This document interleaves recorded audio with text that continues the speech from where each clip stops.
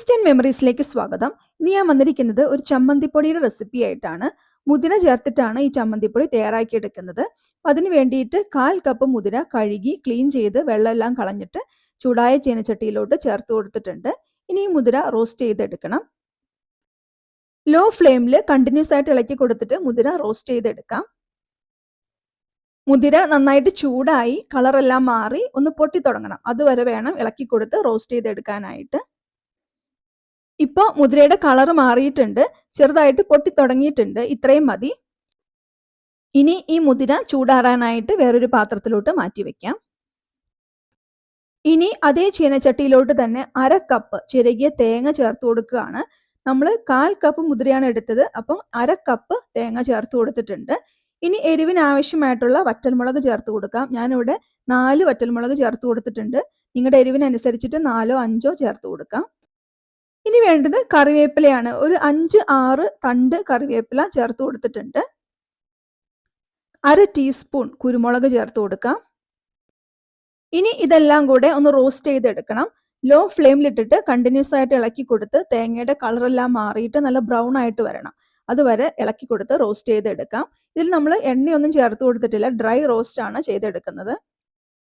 ഈ തേങ്ങ റോസ്റ്റ് ചെയ്തെടുക്കുന്നതിന് മുമ്പായിട്ട് മിക്സിയുടെ ജാറിലോട്ട് മാറ്റി കൊടുത്തിട്ട് ഒന്ന് ക്രഷ് ചെയ്തിട്ട് റോസ്റ്റ് ചെയ്യുവാണെങ്കിൽ തേങ്ങയുടെ എല്ലാ ഭാഗവും ഒരുപോലെ കളർ മാറി കിട്ടും. ഇനി ചേർക്കേണ്ടത് വാളൻപുളിയാണ്. ഒരു ചെറിയ നാരങ്ങ വലിപ്പത്തിലുള്ള വാളൻപുളി ചേർത്ത് കൊടുത്തിട്ടുണ്ട്. തേങ്ങയുടെ കളർ മാറി ബ്രൗൺ കളറായിട്ട് വരുന്നത് വരെ ലോ ഫ്ലെയിമിൽ കണ്ടിന്യൂസ് ആയിട്ട് തന്നെ ഇളക്കി കൊടുക്കാം.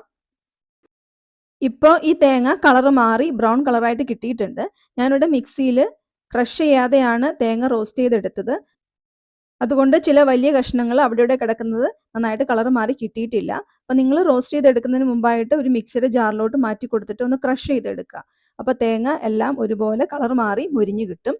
ഇനി ഇത് ചൂടാറാനായിട്ട് വേറൊരു പാത്രത്തിലോട്ട് മാറ്റി വയ്ക്കാം.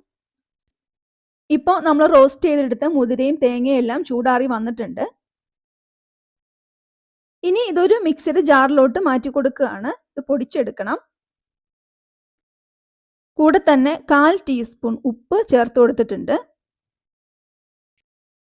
ഇപ്പോൾ ഇത് പൊടിച്ചെടുത്ത് കൊണ്ടുവന്നിട്ടുണ്ട്. ചെറിയൊരു തരിയോട് കൂടിയിട്ടാണ് പൊടിച്ചെടുത്തിട്ടുള്ളത്, നല്ല ഫൈൻ പൗഡർ ആയിട്ടല്ല.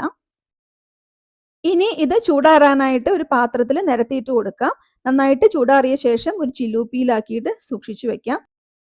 ഈ ചമ്മന്തിപ്പൊടി ഇഡ്ഡലിയുടെ കൂടെയും ദോശയുടെ കൂടെയും ചോറിൻ്റെ കൂടെയൊക്കെ കഴിക്കാൻ നല്ല ടേസ്റ്റാണ്. അപ്പോൾ ട്രൈ ചെയ്ത് നോക്കുക. നിങ്ങളുടെ അഭിപ്രായങ്ങൾ കമൻസ് ആയിട്ട് അറിയിക്കുക. റെസിപ്പി നിങ്ങൾക്ക് ഇഷ്ടമായിട്ടുണ്ടെങ്കിൽ ലൈക്ക് ചെയ്യുക, ഷെയർ ചെയ്യുക, സബ്സ്ക്രൈബ് ചെയ്യുക, ഫോളോ ചെയ്യുക. അതുപോലെ തന്നെ ഹൈപ്പ് എന്ന് പറഞ്ഞിട്ട് ഒരു ബട്ടൺ കൂടിയുണ്ട്, അത് പ്രസ് ചെയ്ത് ഒന്ന് സപ്പോർട്ട് ചെയ്യുക. പുതിയൊരു റെസിപ്പി ആയിട്ട് വീണ്ടും കാണാം. താങ്ക്